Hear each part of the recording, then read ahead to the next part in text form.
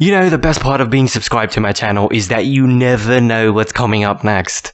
And I am loving it. I'm totally embracing it. Number 5 on this list is Circuroid. I would certainly attribute this to Mr. Who's the Boss because that's where I first saw it, downloaded it in my first Android phone back in 2016 and still have it. Super simple and minimalistic game. Basically you have to use your thumb to control the direction of fire of your ship and stop the asteroids from reaching the circle. There, Circuroid. You have a shitload of upgrades that will help you make your high scores higher. Yep, that's it. As for the soundtrack, it's pretty fucking shitty. I mean...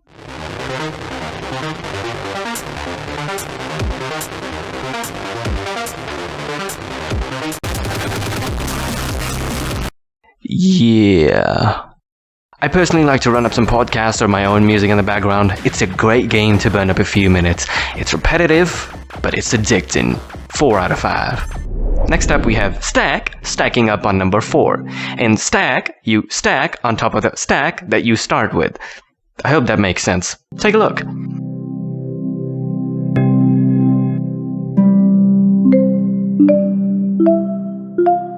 This is the pinnacle of Android gaming, if the gamers even accept that as a platform, which I morbidly suppose they don't, but hey, at least you can stack.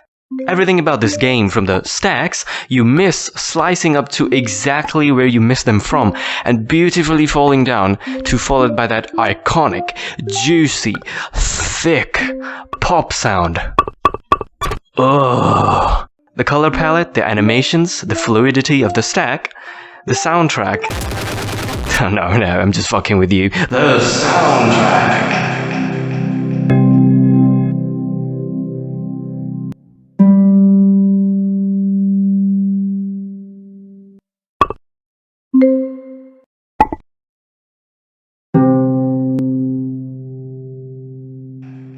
The extra skins that are unique and have different shapes and sizes, and arts, oh my god. Sign me up, yeah? The only problem is that it's sort of grindy and repetitive after a while, but still, 5 out of 5. Beat Racer at number 3 is a game, however, that for some apparent reason does not feel all that repetitive. I think mainly because there's just so many awesome songs in the game, and they all change the visuals dynamically, so there's always a fresh feeling with every new level. The game, although difficult sometimes, has a really good progression system. You can either buy or upgrade your cars, which hugely impact the fact that will or will you not be able to take down or get far the flabbergasted fuck away from Mr. Drill here. That's right, meet Mr. Drill, the bad guy. Dun dun dun. Hit too many purple bullocks and Mr. Drill will pay you an unforgettable visit. In the arse. Shattering your entire existence and you losing the level. Talk about a whole new level of deep throating, eh? Overall, really solid game, but can be super difficult sometimes, so 4 out of 5.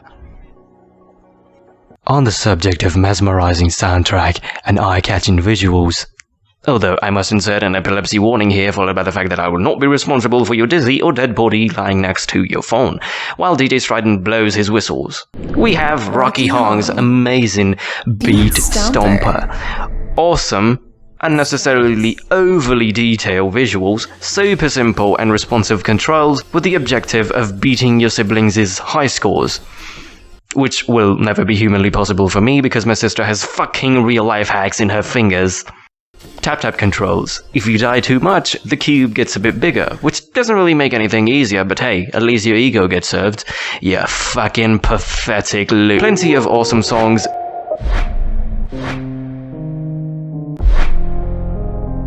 Great soundtrack. Get ready.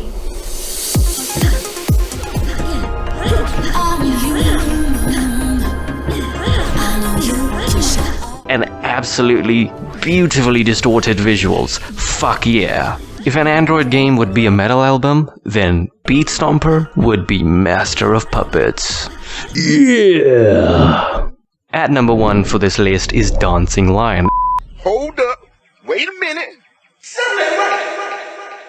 and oh my god, this game. I have a love and hate relationship with this game. Love because I love the low poly minimalistic graphics and art design, the music and the soundtrack, they're amazing. And hate because I simply can't fathom why would you make such a beautiful game so unforgiving? Why is this beautiful game so difficult, so hard? Just like my dick. And why can't I unlock levels ASAP so I can play as many different ones as I want? And why in the freaking flabbergasted bullocks is there an energy system? I want to play more, but I ran out of energy. Game devs, please stop this flabbergastingly fucked design. It does not work and does not help your game at all. Why aren't there more checkpoints? Why do I always have to start from the fucking beginning if I lose in the middle of the fucking thing? I know.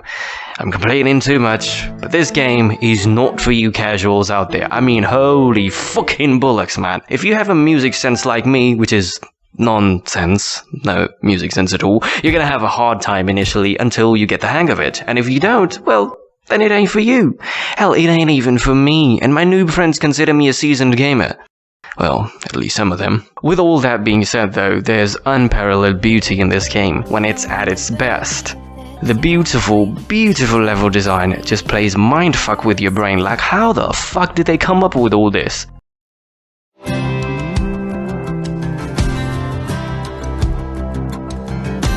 High school sunshine, it's just like the perfect time. I feel your eyes and mine, you don't even gotta try.